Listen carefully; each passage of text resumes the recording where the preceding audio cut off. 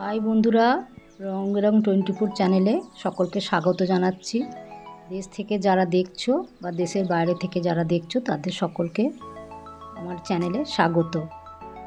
আমি এবার একটা নতুন ব্লগ নিয়ে চলে এলাম। এই যে চা বসিয়ে দিয়েছি, সকালেই চা বসিয়ে দিয়েছি।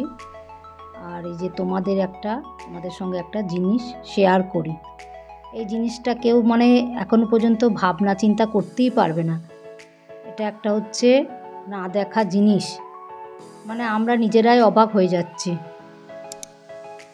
এইখানে দেখো ফ্রিজ, এটা আমার এই ফ্রিজের নিচে দেখো, এই দেখো, এটা আমরা নিজেরাই এখনো পর্যন্ত চিন্তা ভাবনা করতে পারছি না। তোমরা কি কোথাও দেখেছো এরকম? এটা হচ্ছে একটা মথ, প্রজাপতি মথ বলে।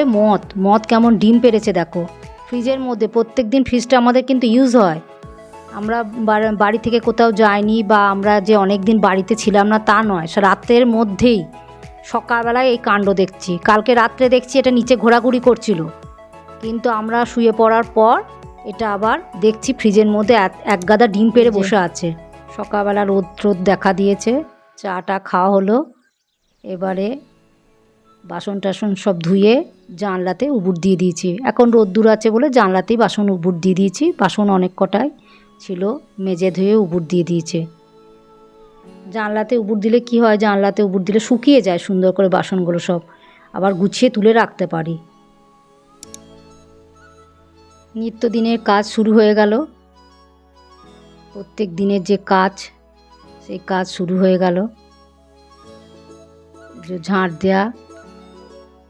দিচ্ছি, ঘর ঝাড় দিয়ে এবার মোছার পালা। ঝাঁটটা দিয়ে পরিষ্কার করে তারপরে ঘর মুছবো। আর আমার হাজব্যান্ডের চান টান হয়ে গেছে, যে ধুতি পরেও বলছে যে আমি পুজো দেবো। তার কি করবে, আমি যে ঝাঁটটা দিয়ে ঘরটা মুছে দিই, দিয়ে তারপর পুজো দেবে। এবার সারাদিনে তো পুজো দিতেই হবে, পুজো না দিলেও হবে না। পরিষ্কার করে ঘরটা ঝাঁট দিয়ে নিচ্ছে।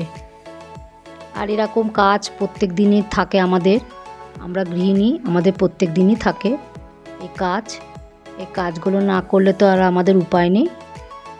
সকাল থেকে করতে এই কাজ করতে দুপুর গড়িয়ে যায়। দুপুরবেলা চান টান করে একটু রেস্ট নিয়ে তারপরে আবার খাওয়া দাওয়া করে রেস্ট নিয়ে বিকেলবেলা আবার যা কাজ করার করি। ঝাড় দেওয়া হয়ে গেল, আমার সব ঝাড় দেওয়া হয়ে গেছে। এই ঘরটা ঝাড় দেওয়া ছিল, এই ঘরটা ঝাড় দিয়ে নিলাম পরিষ্কার করে।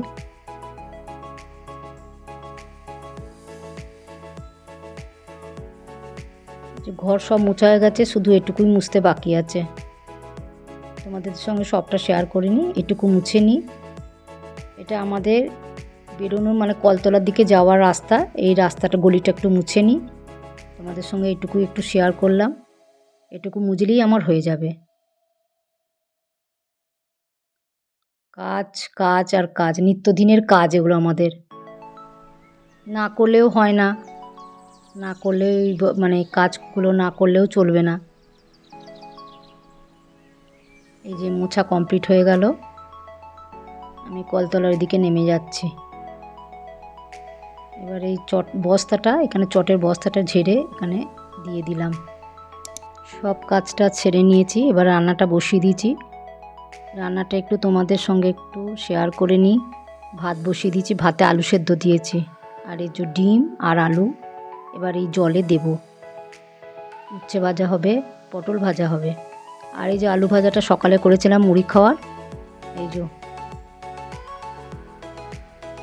আলু ভাজা আর শসা আর ছোলা বাদাম ভেজানো আছে, এই দিয়ে আজকে মুড়ি খাবো আজকে আর অন্য কিছু করি না, আজকে মুড়ি খাবো। এই জলে এবার আলুগুলো দিয়ে দিচ্ছি। আলু আর ডিম দিয়ে আলু দিয়ে কারি হবে। উচ্ছে ভাজা, পটল ভাজা আর ভাতের মধ্যে আলু সেদ্ধ দিয়েছি, ওটা পেঁয়াজ দিয়ে একটু মেখে নেব পরে। এই আমাদের দুপুরের রান্না আজকে। এই যে ডিমগুলোও দিয়ে দিই, ডিমগুলোও জলে সেদ্ধ করে নিই। আজকে সেদ্ধ ডিম দিয়েই আজকে বলেছে ঝোল করতে হবে।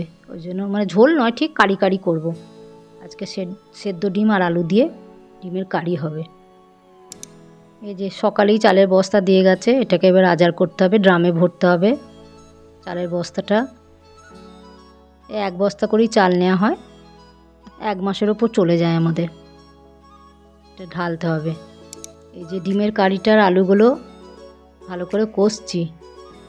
এর মধ্যে আমি প্রথমে তেলের মধ্যে অল্প একটু পেঁয়াজ দিয়েছি, পেঁয়াজ ভাজা, একটু লঙ্কা দিয়েছি, ছোটো একটা লঙ্কা দিয়েছি, পেঁয়াজ আর একটু জিরে, গোটা জিরে দিয়ে পেঁয়াজগুলো ভেজে আলুগুলো কষে নিয়ে একটা মশলা তৈরি করেছি। মশলার মধ্যে ছিল পেঁয়াজ, ছিল রসুন, ছিল আদা, টমেটো, ধনে গুঁড়ো, জিরে গুঁড়ো সমস্ত দিয়ে অল্প একটু জল দিয়ে সমস্ত দিয়ে মিক্সিতে পেস্ট করেছিলাম।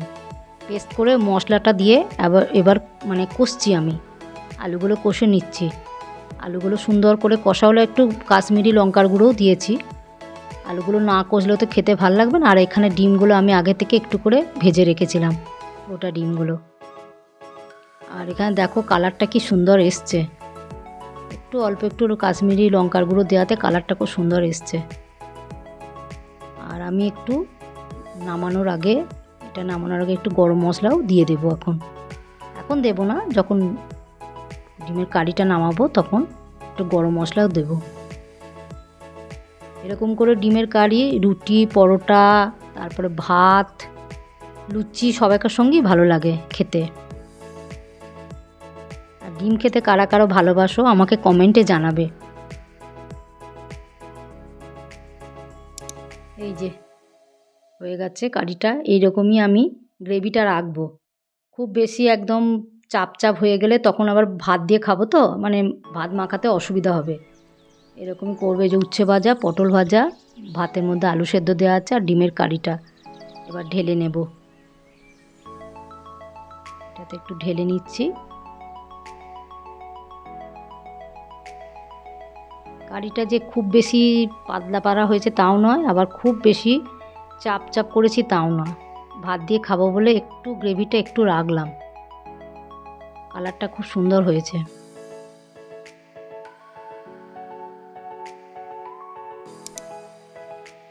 এই যে রান্না শেষ করলাম, এবার ছাদে চলে এলাম। ছাদে এসে জামা কাপড়গুলো সকালে যেগুলো কেচে দিয়েছিলাম সেগুলো সব শুকিয়ে গেছে। আর দেখো মেঘটাও করেছে।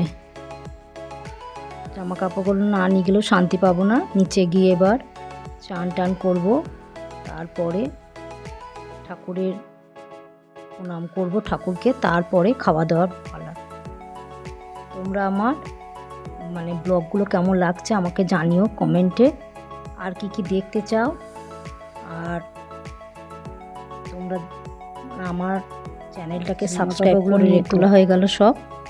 আর এই দেখো বলছি বৃষ্টি নামবে। তোমরা ভালো থেকো, সুস্থ থেকো, সাবধানে থেকো। Love you all.